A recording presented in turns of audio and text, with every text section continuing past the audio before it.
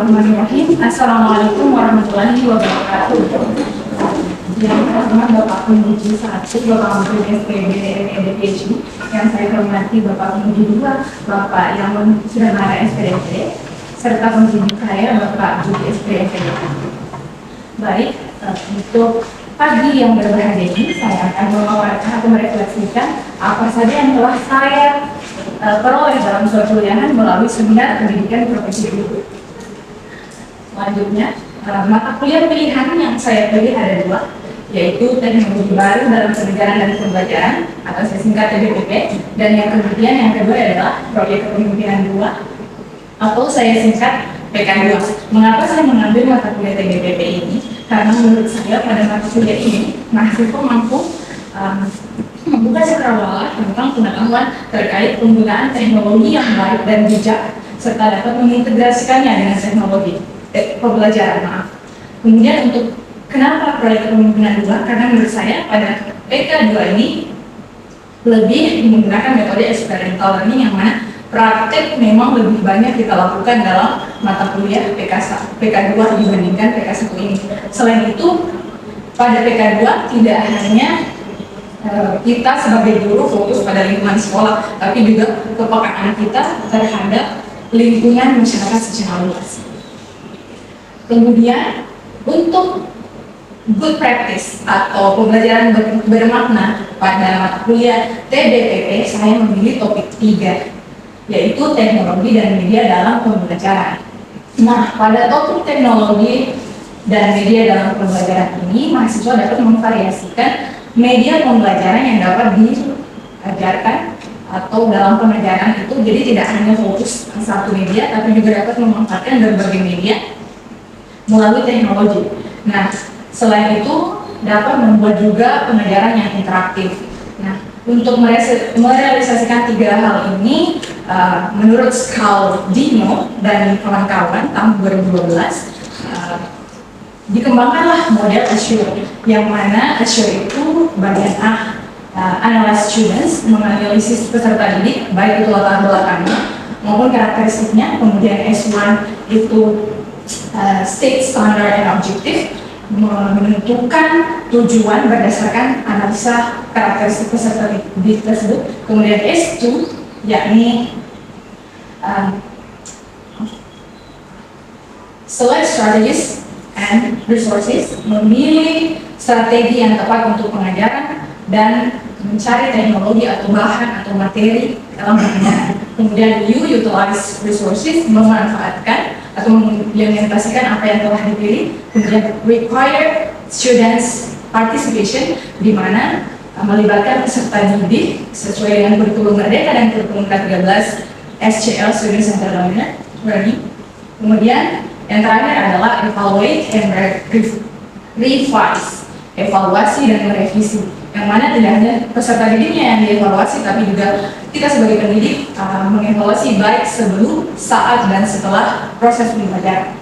Kemudian pada mata kuliah yang kedua, yaitu proyek kepemimpinan, saya memilih fase 2. Di proyek kepemimpinan 2 ini terdiri dari 3 fase. Untuk fase 2, atur dan mulai eksekusi rencana. Nah, pada topik ini atau fase ini, mahasiswa dapat memahami bagaimana sesungguhnya merancang kembali apa yang telah kita rancang sebelumnya di semester 1 proposalnya, kemudian bagaimana mengkoordinasi proyek yang kita usung kepada mitra, baik kepala desa, yang kali ini saya dengan teman-teman saya desa belajar Lombok, itu bekerja sama dengan Ketua Risma, karena untuk karang-tarunanya kurang aktif. Kemudian setelah itu, setelah observasi dan segala macam, kita mampu melaksanakan proyeknya dan mengimplementasikan programnya. Ada 2 kebetulan, pengajaran bahasa Inggris dan juga mengaji Iqra. Nah, selain itu dalam melakukan pembelajaran PK2 ini, karena kebanyakan praktek, saya mengikuti kelas online yang dilakukan oleh startup Bridge Center dari UGM dengan mata kuliah Social Innovation, Understanding Strategies and Process for Creating Social Change Through Innovation. Nah, pada mata kuliah tambahan saya ini yang saya lakukan secara online, ada 10 pertemuan juga, termasuk UTS dan UAS, di mana di sini lebih dalam lagi memperdalam tentang permasalahan sosial dan bagaimana menentukan solusi yang terbaik dan yang paling baik dari berbagai banyak solusi. Selain itu, di sini ada juga teamwork, ada diskusi kelompok serta presentasi kelompok.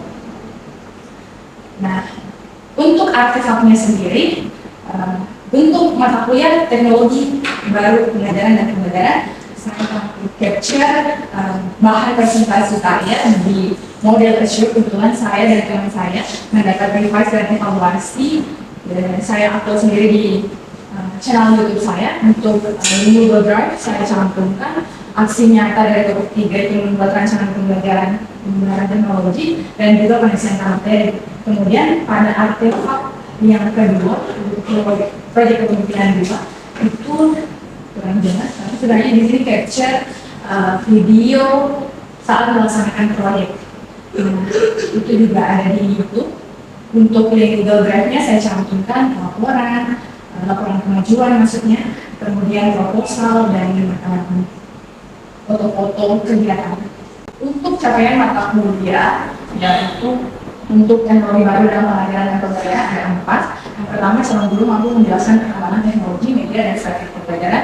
Setelah saya ada 4 di sini, ada emerging, applied, infusing, dan juga transforming. Nah, untuk kedua, calon guru mampu mengeksplorasi teknologi, media, strategis, dan proses pembelajaran yang dapat meningkatkan keterlibatan, engagement, dan kualitas hasil belajar murid. Kemudian yang ketiga, ada calon guru mampu mengintegrasikan teknologi, media, dan strategi dalam pembelajaran untuk merespon kebutuhan belajar, memaksimalkan potensi dan membangun kolaborasi serta kemandirian murid. Dan yang terakhir adalah calon guru mampu mengembangkan atau mencipta atau memodifikasi strategi pembelajaran berbasis teknologi untuk memaksimalkan potensi teknologi untuk membangun kolaborasi dan kemandirian murid dengan hasil-hasil penelitian dan juga ilmiah. Untuk poin nomor 2, 3, dan 4 sendiri setelah saya terapkan di saat PPL 1 di rancangan pembelajaran dan proses pembelajaran yang saya lakukan. Kemudian untuk CPNK proyek kepemimpinan 2 ada 4 juga. Yang pertama, mahasiswa mampu mengimplementasikan dan mengkomunikasikan proses serta hasil proyek dengan menerapkan prinsip keputusan berbasis inovasi, fakta penyataan tentang kekuatan potensi sekolah atau komunitas. Kemudian yang kedua, mampu mengimplementasikan dan habis penerapan prinsip perencanaan, pengelolaan proyek dan komprehensif. Dalam kaitannya adalah rancangan atau proposal. Kemudian juga, mahasiswa mampu mengimplementasikan prinsip pemaparan laporan yang efektif dan efisien. Dalam hal ini, laporan kemajuan yang juga dilakukan gelar karya atau pameran tematik. Kemudian mahasiswa mampu mengimplementasikan dan mengkomunikasikan proses serta hasil proyek dengan menerapkan prinsip storytelling dan rasa syukur apresiatif dan refleksi setiap anggota terkait proses dan hasil kerja kelompok. Ini ada di LMS, bagaimana kita merefleksi masing-masing anggota kelompok. Kemudian paradigma baru terhadap makna guru. Dalam hal ini saya memaknai di saat saya menjadi siswa dan saat saya menjadi calon guru sekarang. Pada guru, paradigma berdasarkan MK DPT itu dulu masih pasif terhadap perkembangan zaman dan kurang memanfaatkan media digital dalam pembelajaran. Nah, paradigma barunya sekarang guru adaptif terhadap perkembangan zaman dan melakukan inovasi pembelajaran digital dengan memanfaatkan berbagai aplikasi maupun website dalam pembelajaran. Untuk paradigma guru terhadap guru dalam mata kuliah proyek kepemimpinan 2, menurut saya paradigma lama yang berorientasi pada ketercapaian guru dan pembimbingan terpaku pada satu pembelajaran. Namun paradigma baru itu memiliki kepekaan terkait pengembangan mutu pendidikan tidak hanya di lingkungan sekolah dan juga pembimbingan karakter dan pendekatan yang teknologis, di mana didukung dengan kurikulum merdeka sekarang bahwa tidak hanya pembelajaran yang ditekankan, namun juga ada profil pelajar Pancasila. Baik, terima kasih. Sekian dari presentasi saya. Assalamualaikum warahmatullahi wabarakatuh.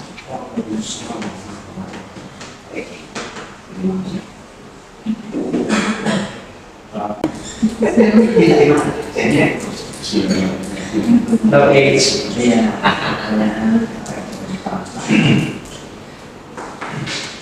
Ya, baik Pak Budi, terima kasih. Secara ini masih di Indonesia. Bahasa Inggris. Bahasa Inggris. Bahasa Inggris ya. Oke. Dari topik yang tinggi, teknologi baru dalam pengajaran dan pembelajaran. Kemudian terjadi lagi teknologi dan media dalam pembelajaran. Ya. Ya, mengawali pertanyaan saya, karena hubungannya dengan kegiatan dan eksplorasi yang namanya teknologi. Ketika ibu mau mengajar, kemudian tiba-tiba layar-layar yang menjadi tidak jelas, apa yang dilakukan kira-kira akibat teknologi itu? Saya menggambarkan ilustrasi yang tidak jelas tersebut Oke, dengan dijelaskan secara verbal. Contoh ini, tahu tak kira-kira kenapa lihat yang kuning tadi? ini Pak mungkin. Ya, kalau kita tahu kreativitas yang dilakukan pasti harus segera. Oke, ini bagian dari bagaimana dengan eksplorasi yang namanya teknologi. Kemudian, pasti paham sebetulnya ya.